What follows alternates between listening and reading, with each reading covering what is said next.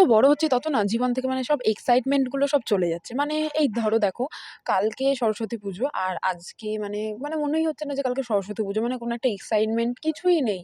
আর আগে মানে আমরা যখন আরকি ছোট ছিলাম তখন মানে আগের দিন থেকেই কত এক্সাইটমেন্ট মনের মধ্যে যে কালকে উঠবো, তাড়াতাড়ি উঠবো, সব বন্ধুরা মিলে অঞ্জলি দিতে যাবো, শাড়ি পরবো, মা হলুদ বেটে চান করিয়ে দেবে। মানে এইসব আলাদাই লেভেলের একটা এক্সাইটমেন্ট ছিল আগে। তো যাই হোক, আমার এই বছরে পুজো নিয়ে না কোনো মানে মনে কোনো একটা আশাই নেই।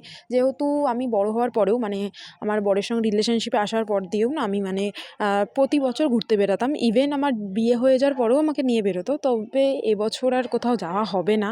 তো সেই জন্যে মনটা একটু খারাপ ছিল। তো যাই হোক, মন খারাপ করে বসে থাকলে কি আর হবে? একটু তো মনটা ভালো করতেই হবে, তাই না? তাই জন্য এখন বসে পড়েছি একটু হাতে আর পায়ে একটু নেল পলিশ করতে। যেহেতু কালকে একটু ওই বাড়ির দিকেই যাবো।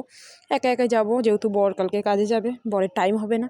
তো সেই জন্যই এখন একটু নেল পালিশ টেল পালিশ পরে একটু সুন্দর করলাম হাত পাগুলোকে। যাই হোক, তো তোমাদের এবারে সরস্বতী পুজো নিয়ে কার কী প্ল্যানিং আছে সবাই কমেন্টে জানিয়ে সকলকে বাই।